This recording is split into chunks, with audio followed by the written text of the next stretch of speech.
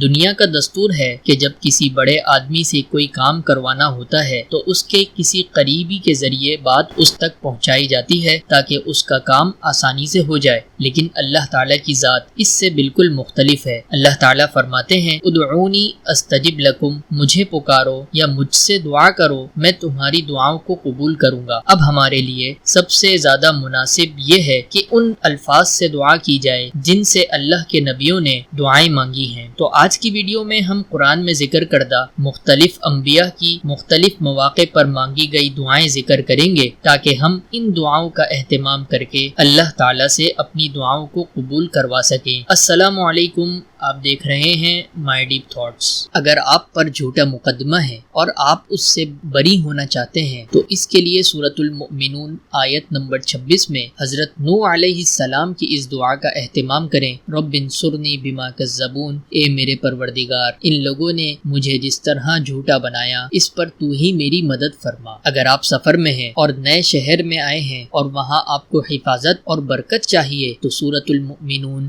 آیت نمبر 29 میں حضرت نوح علیہ السلام کی اس دعا کا اہتمام کریں۔ رب انزلنی منزلا مبارکا وانت خیر المنزلین، اے میرے پروردگار مجھے ایسا اترنا نصیب کر جو برکت والا ہو، تو بہترین اتارنے والا ہے۔ اگر آپ امن و سلامتی اور رزق میں برکت چاہتے ہیں تو سورۃ البقرہ آیت نمبر 26 میں حضرت ابراہیم علیہ السلام کی اس دعا کا اہتمام کریں۔ رب اجعل ھذا بلدا آمنا وارزق اہلہ من الثمرات من آمن منہم باللہ والیوم الآخر، اے میرے پروردگار اس کو ایک پرامن شہر بنا دیجئے اور اس کے باشندوں میں سے جو اللہ اور آخرت کے دن پر ایمان لائیں انہیں قسم قسم کے پھلوں سے رزق عطا فرمائیں۔ اگر آپ اپنا کوئی عمل قبول کروانا چاہتے ہیں تو سورۃ البقرہ آیت نمبر 127 میں حضرت ابراہیم علیہ السلام کی اس دعا کا اہتمام کریں۔ ربنا تقبل منا انک انت السمیع العلیم، اے میرے پروردگار ہمارے نیک اعمال قبول فرما لے، بے شک تو ہی ہر ایک کی سننے والا اور ہر ایک کو جاننے والا ہے۔ اگر آپ شرک سے بچنا چاہتے ہیں اور اس کے لیے کوئی دعا چاہیے تو سورۃ الابراہیم آیت نمبر 35 میں حضرت ابراہیم علیہ السلام کی اس دعا کا اہتمام کریں۔ رب اجعل ھذا البلد آمنا واجنبنی وبنی ان نعبد الاصنام، اے میرے پروردگار اس شہر کو پرامن بنا دیجئے اور مجھے اور میرے بیٹوں کو اس بات سے بچائیے کہ ہم بتوں کی پرستش کریں۔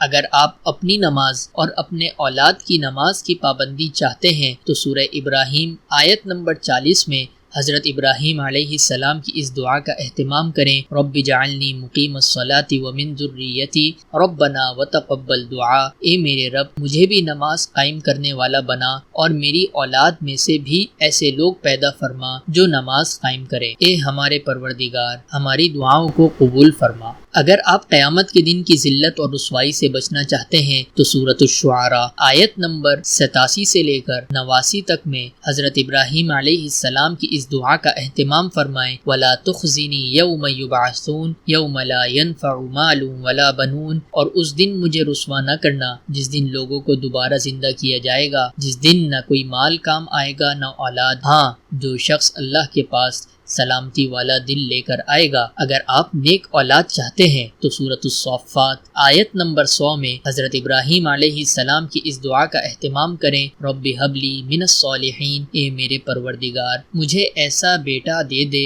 جو نیک لوگوں میں سے ہو۔ اگر آپ چاہتے ہیں کہ حالت اسلام پر آپ کی موت آئے اور نیک لوگوں میں آپ کا شمار ہو تو سورہ یوسف آیت نمبر 101 میں حضرت یوسف علیہ السلام کی اس دعا کا اہتمام کریں۔ فاطر السماوات والارض انت ولی فی الدنیا والآخرہ توفنی مسلما والحقنی بالصالحین، آسمانوں اور زمین کے پیدا کرنے والے تو ہی دنیا اور آخرت میں میرا رکھوالا ہے، مجھے اس حالت میں دنیا سے اٹھانا کہ میں تیرا فرما بردار ہوں اور مجھے نیک لوگوں میں شامل کر لیجئے۔ اگر آپ چاہتے ہیں کہ آپ کے کاموں میں آسانی ہو اور آپ کی زبان میں تاثیر ہو اور آپ کا سینہ کھول دیا جائے تو اس کے لیے سورہ طٰہٰ آیت نمبر 25 سے 28 میں حضرت موسیٰ علیہ السلام کی اس دعا کا اہتمام کریں۔ رب اشرح لی صدری ویسر لی امری واحلل عقدۃ من لسانی یفقہوا قولی، اے میرے پروردگار میری خاطر میرا سینہ کھول دیجئے اور میرے لیے میرا کام آسان بنا دیجئے اور میری زبان میں جو گرا ہے اسے دور کر دیجئے تاکہ لوگ میری بات سمجھ سکیں۔ اگر آپ اللہ تعالیٰ سے معافی اور بخشش چاہتے ہیں تو سورۃ القصص آیت نمبر 16 میں حضرت موسیٰ علیہ السلام کی اس دعا کا اہتمام کریں، رب انی ظلمت نفسی فاغفر لی، اے میرے پروردگار میں نے اپنی جان پر ظلم کر لیا ہے، آپ مجھے معاف فرما دیں۔ اگر آپ چاہتے ہیں کہ آپ کو ظالموں سے نجات ملے تو سورۃ القصص آیت نمبر 31 میں حضرت موسیٰ علیہ السلام کی اس دعا کا اہتمام کریں، رب نجنی من القوم الظالمین، اے میرے پروردگار مجھے ظالم لوگوں سے بچا لے۔ اگر آپ خیر اور رزق کا حصول چاہتے ہیں تو سورۃ القصص آیت نمبر 24 میں حضرت موسیٰ علیہ السلام کی اس دعا کا اہتمام کریں، رب انی لما انزلت الی من خیر فقیر، اے میرے پروردگار جو کوئی بہتری تو مجھ پر نازل کرے میں اس کا محتاج ہوں۔ اگر آپ بیمار ہیں یا کسی تکلیف میں ہیں اور اس کو دور کرنا چاہتے ہیں تو اس کے لیے سورۃ الانبیاء آیت نمبر 83 میں حضرت ایوب علیہ السلام کی اس دعا کا ضرور اہتمام کریں، انی مسنی الضر وانت ارحم الراحمین، مجھے یہ تکلیف لگ گئی ہے اور تو سارے رحم کرنے والوں سے بڑھ کر رحم کرنے والا ہے۔ اگر آپ آزمائش میں ہیں اور اس سے نجات حاصل کرنا چاہتے ہیں تو سورۃ الانبیاء آیت نمبر 87 میں حضرت یونس علیہ السلام کی اس دعا کا اہتمام کریں، لا الہ الا انت سبحانک انی کنت من الظالمین، تیرے سوا کوئی معبود نہیں، تو ہر عیب سے پاک ہے، بے شک میں ظالموں میں سے ہوں۔ اگر آپ اپنے کاموں کو آسان بنانا چاہتے ہیں تو سورۃ التوبہ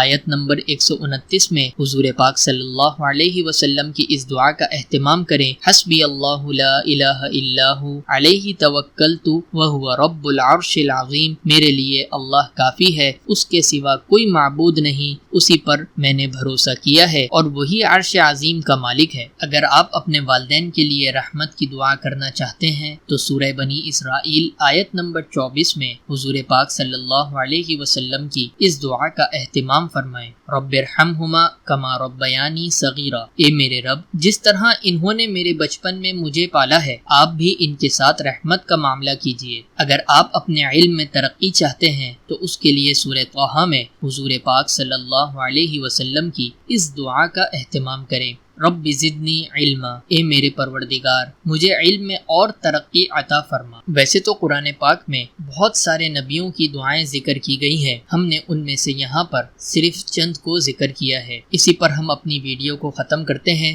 امید کرتے ہیں آپ کو ہماری ویڈیو ہمیشہ کی طرح ضرور پسند آئی ہوگی۔ اگر پسند آئی ہے تو ضرور لائک شیئر کریں۔ ملتے ہیں اگلی ویڈیو میں، تب تک کے لیے اللہ حافظ۔